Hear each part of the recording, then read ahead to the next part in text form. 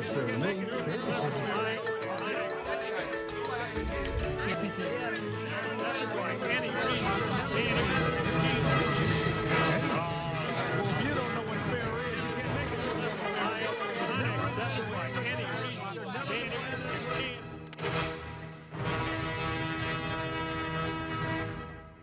Donnybrook is made possible by the support of the Betsy and Thomas Patterson Foundation and the members of 9PBS. Well, thank you very much for joining us on this, the pre-Valentine's Day special. We'll see how much love is around the table for this edition of Donnybrook. Thanks for joining us. And on Next Up, we're going to talk to Valerie Patton, who's the Chief Diversity, Equity, and Inclusion Officer for Greater St. Louis, Inc. But first, also before the Super Bowl, let's meet our Super Roundtable, starting with Wendy Wiese from the Big 550 KTRS, Mr. Bill McClellan from the St. Louis Post-Dispatch, Ray Hartmann from the RFT, rawstory.com, and the Big 550 KTRS, Mr. Alvin Reid from the St. Louis American. And we'll start with you, Alvin. Question number one. The gun-toting Central West End couple, Mark and Patricia McCloskey, this week were in front of the Supreme Court. Everybody knows that in the summer of 2020, they wielded firearms in front of their Central West End mansion. They pleaded guilty to misdemeanor harassment and assault. Then they were pardoned by the governor, Mike Parson, but they ended up in front of the Supreme Court of the state, which decided that they would have their law licenses suspended for 1 year, but they're on probation. So it's, in effect, they're on probation and not suspended. But the chief disciplinary officer for the state, Mr. Pratzel, said they should have had their law licenses suspended indefinitely. What do you think? Well, indefinitely may have been too long, but when I first read it, I thought that they would not be able to practice law for a year, which I thought was a fair punishment in that from everything he has said and where he lives, that's a pretty good chunk of money. So that would have been like a fine. And that would have, like, cool your heels for a year and think about what you did. Now, granted, he's running for Senate, maybe for the next couple of weeks anyway. But, you know, I thought that was very lenient. I thought they should have been stopped from practicing the law for at least a year. You know, their transgression was such that they pled guilty, and regardless of what the governor does or what anybody says, you pleaded guilty. And when you plead guilty, that means some type of crime was committed. Well, I disagree with you, Alvin, as far as I thought the punishment was fine, double secret probation. I thought they were guilty of being buffoons, but to take away their livelihood even for a year, I didn't think what they did had anything to do with the practice of law. It's like if a lawyer gets caught for DUI, you know, what should he be punished by the bar? I'd say no. Well, Bill, no, I find it, I think it's past its expiration date for me. And I mean, I think a lot of people feel that way. I'm just tired of reading about them. You know, Godspeed. Amen. Godspeed, but I'm fine with this particular punishment. Well, Bill's right, but I take I read it differently. In other words, I think you're right that they probably didn't by the substance. But when you're in a class of people that gets pardoned before you're charged with a crime by the governor, and when you consider that, to Alvin's point, this is no punishment at all, and in fact, from their perspective, his perspective as a U.S. Senate candidate, it's an advertising opportunity, it's a fundraising opportunity. Oh, I was victimized, the deep state came after exactly me. Right. So my feeling is, sure, he should have ended up paying a real price, because otherwise he actually benefited as he has. Look, he has benefited from this show of. They were found guilty, or actually they pleaded guilty in June of 2021, but the governor pardoned them in August of 21. But he said he was going to do it. He said he announced it. Yeah. Oh yeah. Before they were even charged. Yeah. Before they were charged. That was actually the bigger story. Let me say this. So my point is, let me say this. Here's what happened with their firearms. They didn't pull the trigger. No one was hurt. Thank heavens. When it comes to irresponsible use of firearms in our area, we all know that often gun owners leave their firearms out there, and a 3-year-old shoots a 4-year-old. I hear you. And sometimes those individuals aren't charged at all. Okay, but we're talking about attorneys, even and we're in talking about their law license. Situations. And what is, I always forget whatever that term is, where you, when you take Aren't you an officer of the court? Officer of the court. You you basically promise not to be involved in nonsense like this. And we should have a buffoonery statute in the law. If I was ever as long as they don't have one in the media. I don't know if being an attorney is an honor or a pejorative, to be honest with you. As long as they don't have a buffoonery clause for the media, we're all right. It's like Freeman Bosley Sr. when he wanted to have people caned. Yeah. Yes. You know, I remember I supported him until he was taking it too wide. Actually, he pointed out that he used to whip his son, who at the time was the mayor of the city of St. Louis. What was the young had man's done pretty name? well. Michael Fay. Michael Fay. He was Good from St. memory. Louis, and he was caned in Singapore. Yes, he was. Do you have one for this century? Oh, okay, good. Let's go ahead. If you do. Oh, Ray Hartman. How are you, my friend? I'm fine. How are you? Hey, how about Charlie Dooley? The former county executive for St. Louis County was appointed to, it's a mouthful, but it's the St. Louis Regional Convention and Sports Complex Authority. Nobody cares about the board, but now it's going to oversee $511 million given to the region by the Stan Kroenke lawsuit. So there's $500 million at stake. Those positions are important. He was put on the panel, but then this week in a 2-3 vote, the county council said, no, we don't want you on the panel now. We're not even sure if he's going to sit on it or not. What do you think? Should Charlie Dooley be on that authority? Well, first of all, I think he will eventually will be when the two people who weren't there come back. I wouldn't be surprised if he gets on.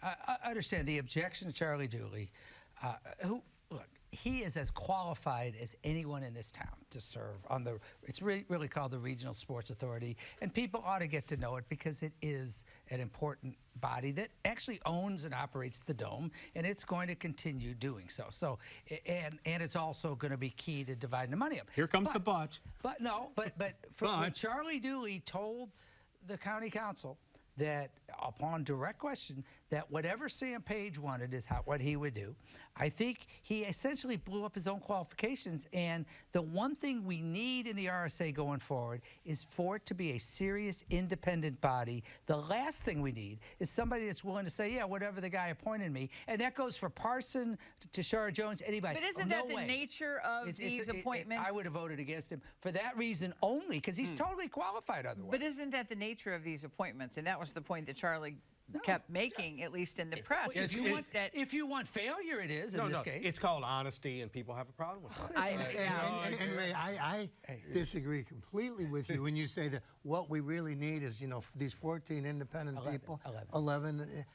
You know, I think, like, when you look at the political parties, I think we chose better candidates when it was a group of political leaders and maybe labor guys, and they would come to a consensus. Yeah, in a smoke-filled room, as opposed to all of a sudden, you know, these random citizens making the decision about what we're going to do with the money. Yeah. We'll agree to disagree on that point. All right. But these random citizens are duly elected to the county council, no pun intended. Donald Trump never would have got nominated, Ray, if it was in smoke-filled rooms with party leaders.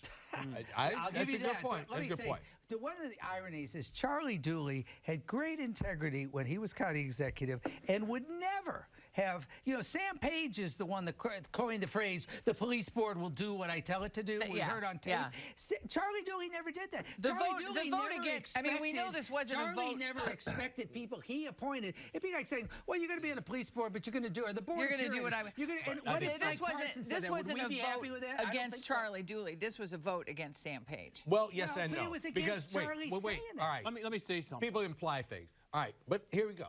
Tim Fitch, you called the man corrupt, were instrumental in Steve Stinger ended up being the county executive. Shalonda Webb, you're mad at him because Jamestown Mall ain't torn down yet, and it's a dump, even though you've been elected to office for several years now.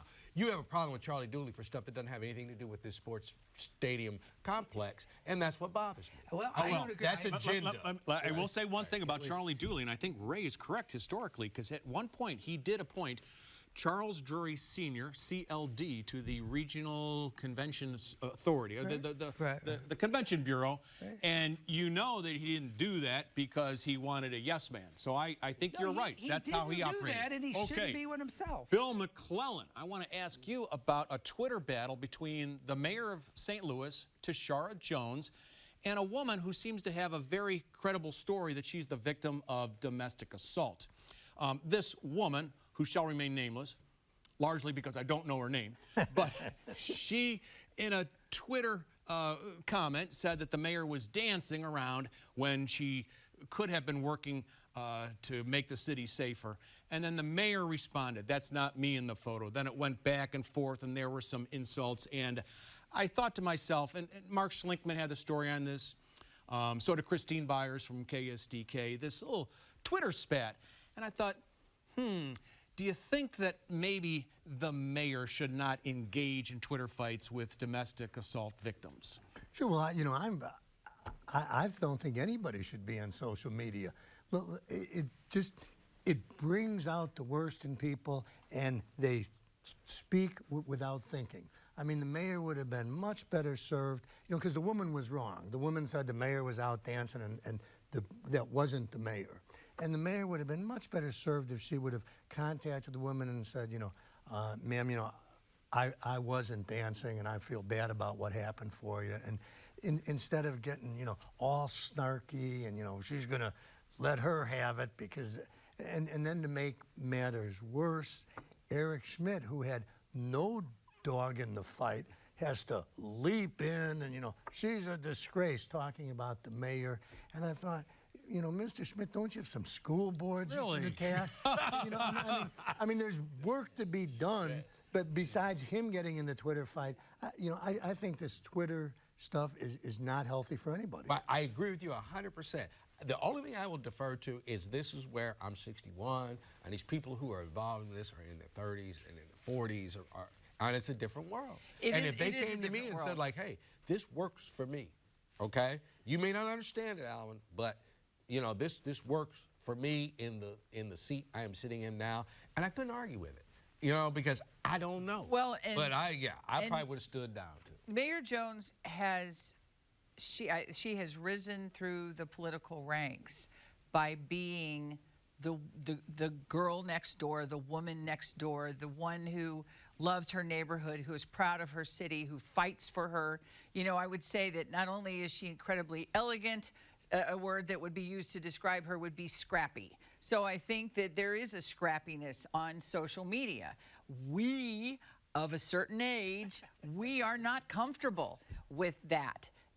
We don't matter to Mayor Tishaura Jones at the end of the day. I think that's, for me, that's the way I'm reading. It's also just a matter of taste, though, that, it's like a reporter. If you ask a politician something and the politician tells you and then later says, hey, wait a minute, that's off the record. You go, well, no, that isn't. You're supposed to say it before. But if a citizen does that, if somebody tells you something and then says later, hey, don't use that, that's off the record, you don't say, those aren't the rules, because they don't even realize it's a game. Right, and exactly. that's the way the mayor should treat a citizen. Because it looks like a bully. It looks like a bullying situation, unfortunately. First of all, I consider myself way younger than all of you. Yes, I mean, even though you're older. You got your mental self, and I'm not. I don't trust anybody over 30. But I think that it's just really a two-part thing, which is when she wants to go after another politician, somebody, then I think it's good entertainment, it's smart, particularly if it's a bottom feeder like Eric Schmidt. But I think you generally don't want, as an elected official, to be seen in any way in conflict with someone, just the average citizen. I don't think it's a good look. Especially since it seems Trump-esque in some ways to be insulting. And I think that the previous president was the worst at it, going after John McCain and how many others. And, at some point, the pendulum's got to swing in the other direction where everybody starts taking the high road. We're not comfortable with anybody bullying somebody else. Or the appearance of. I wouldn't say that she bullied this woman. Just the appearance. Right. The appearance of bullying. And there is something to be said about that. Hey, you started it, okay. Right. But the mayor would. If Harry Truman had Twitter, he'd have went off on some people. I guarantee you. Probably. Probably. I will say this. I've talked about Lucas Kuntz, my boy, that I keep thinking might have a chance, who's now outraised everybody in both parties for last year. he dropped an F-bomb on Twitter today. And I mean, it's like, I wouldn't think that's a great strategy, but this, to your point, It worked you for got to see Maria if it works. Chappelle when she was talking about Governor Nixon. Well, I but mean, this was a different context. This was just generically about politicians, and it was a pretty good tweet. But the point is, so you just don't know what's going to work right now. Yeah. Wendy Wiese, I want to ask you about a report that was on KWMU last Friday, Sarah Fenske's program. She took a look at the city of St. Louis, which still doesn't have a safe haven yet. That's a term used to describe a homeless shelter where you go when it is so cold you cannot be on the streets. And they put the contracts out in October, and here we are, late January, early February. There was an organization called Bridge of Hope Ministries in the, I believe, the Ville neighborhood. And turns out they thought they had a contract to operate such a facility, but they don't. The director of human services for the city said they didn't cross all the T's and dot the I's. They needed something that was 24/7. But what I'm looking at is last year the city got $500 million from the feds. And now we saw in today's paper, or yesterday's, that of the $135 million pandemic dollars, only $3 million of that has been spent. And I'm thinking, okay, you got the resources. What's the excuse for not having a safe haven for the homeless in February? Especially after the recent cold snap where they said they actually did have, they lost a few people. A few people actually died of exposure. I don't know the answer. And what I don't understand is Sarah Fenske was promised on January 3rd. Is that correct? And Bridge of Hope was hiring when they found out that the contract had been rescinded. So, and I understand that just about every agency out there is short-staffed right now. But this is the city of St. Louis. This is, you know, one of our most vulnerable populations. So you would think that there could be some resolution, but none has been offered. I think it was a really good journalism, first of all, because a lot of times people kind of let you slide. I mean, it was on her show that the spokesperson, Nick, said this. Skaggs?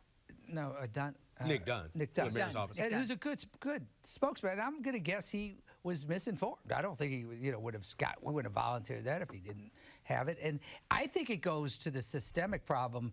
Keep in mind, Tishaura Jones didn't start this city government. This is a city government that can't manage the traffic lights, if you've read in the city, historically. And so they inherit a lot of, and I'm not trying to make excuses for her, but there's a lot of dysfunction within the city bureaucracy, and this just feels like part of it in my mind. Still a pandemic. Good for NPR for calling it out. I had lunch with Tom Burnham today.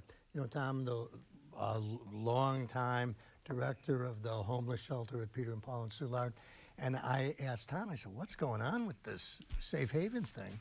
And he said, well, I haven't talked to anybody about it. He said, but it's really a matter of definitions. He said, that the HUD definition, and then he sent it to me, for safe haven has to do with people who have severe problems with substance abuse, and it's this 24-hour care thing. And the rest of us, and I bet the Bridge of Hope, when they heard safe haven, they thought it's really someplace to take somebody in as a last resort. But it's really more than that. And Tom said he thinks that they just got mixed up on definitions. But wouldn't the administration have clarified that before putting the contracts in order? That's what I don't know. One would think so. I bet they were just in a big. I bet they were just in a big hurry to do something. And they. Yeah, and then the city council or somebody came back and said like, "Oh, FYI, it's not 24/7." Especially if there's federal money involved. Right, it's not with HUD. Wow. Well, the thing I think it's easier to spend. This is just one of those things. It's easier to spend money you don't have than it is money you have. And you don't worry about you don't worry, right, because now you're saying, like, we really need to be cautious, because the first thing everybody's going to say about this lump sum of money we have is that we're wasting it, all right? Whereas if you're just trying to move here and move there, people say, hey, we'll give them a break because you were just trying to just help the homeless, Right, but now that you got this big pot of money, let's be careful every dollar. Yeah. Okay. That's how rich people stay rich, I'm told. Well, Alvin, while we're talking to you, let me ask you about a report in the Post-Dispatch interviewing Rick Rosenfeld, criminologist, former guest of ours on Next Up, and he's a University of Missouri St. Louis professor who says he took a look at the numbers of homicides last year, and he looked at the neighborhoods that use Cure Violence, which is the mayor's anti-homicide initiative, and he found out that neighborhoods that didn't use Cure Violence had at the same or lower homicide rates than the neighborhoods that did use Cure Violence. And his conclusion was Cure Violence doesn't seem to be doing that much work for the city of St. Louis, even though it's costing $7 million. What was your take? My point is, okay, what was the point of this story? And did you wake up one morning and say, like, hey, I'm going to compare these neighborhoods and see blah, blah, blah, blah, blah, blah. Just like, where'd this idea come from? And 3/4 of the way through the story, he has his own disclaimer in there. He basically has this little line that says, like, oh, and by the way, I didn't do this, and I didn't do that. I was just trying to just kind of blah, blah, blah. I said, well, how about you make that the lead of the story and then see if people care after that? So I'm just kind of like, you know, all right, y'all. Y'all don't like Tishaura too much down there on the editorial, you know, page. Let's not let it bleed into the front page of the news. Right, and let me, Cure Violence is a good idea, I think, and good for Tishaura Jones that she wants to put the emphasis on prevention. And this is, in case, again, I don't want to keep sounding like I'm apologizing for what they inherited. The crime problem didn't start last month or last year, and it's not going to be solved overnight by any we live in this instant gratification society. Frankly, if the numbers had gone down in those areas in the Cure Violence, I would have said it's premature to make any judgments. I agree. You can't decide that quickly and say, well, here it's a program. Didn't Tishaura Jones inherit Cure Violence? Yes. From Well, the she did. previous She did, administration? but she invested in it. Right. And my point is, she inherited from Lyda. And again, Lyda Cruson, I think, put it in for the right reasons. And you can't. There's too many variables in crime to point to one crime statistic and say, it didn't have that impressive a track record, correct? I mean, we discussed Cure Violence. Cure Violence has a mixed record. Exactly. It's a program. 50-50. Rosenfeld prefers something called focused deterrence, which is put forward by a former Clinton Justice Department official by the name of Thomas App, who was at Harvard. And Cure Violence is preferred by James Clark, now with the Urban League. He was with Better Family Life, and it was really pushed by Lewis Reed. Lewis Reed wanted this program. But studies have shown that Cure Violence had a mixed record through its history. Well, it's out of Chicago. I mean, anytime you have, seriously, anytime you have a anti-violence program that has its roots in Chicago, you think, well, it couldn't have worked too well. Right. I mean, because I Chicago, don't know, maybe in different neighborhoods it did. I will say this. Gun violence, murders are down for whatever reason in the city of St. Louis. Now, why are we, you know, taking pot shots, no pun intended, at anything? How about we just like, hey, let's just see, maybe it keeps going down. But we still have a long way to go, I'll point out. But the funny thing is, if you listen to the mayor carefully, in her debates with Kara Spencer when she was running for mayor, she said on several occasions, I noted this, that she was in favor of focused deterrence. And so far, you know, Cure Violence is something else. So I'm kind of surprised she's not pushing toward focused deterrence, since on several occasions in the campaign she said she was in favor of it. Earlier in this program, my fellow founder defended smoke-filled rooms out of Chicago. Now I'm confused. Are we using Chicago as a model tonight or not?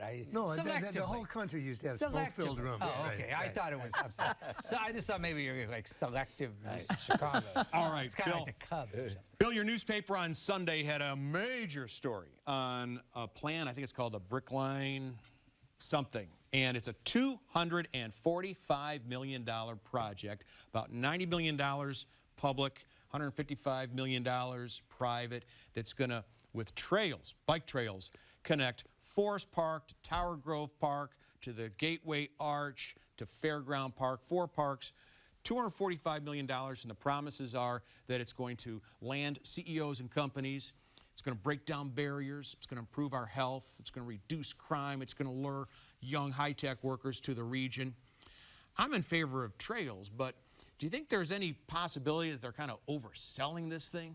Well, I like smoke-filled rooms. I mean, why in the world I like that? You know, last week we talked about bike paths, and I was all for them, and it's good, and young people like them.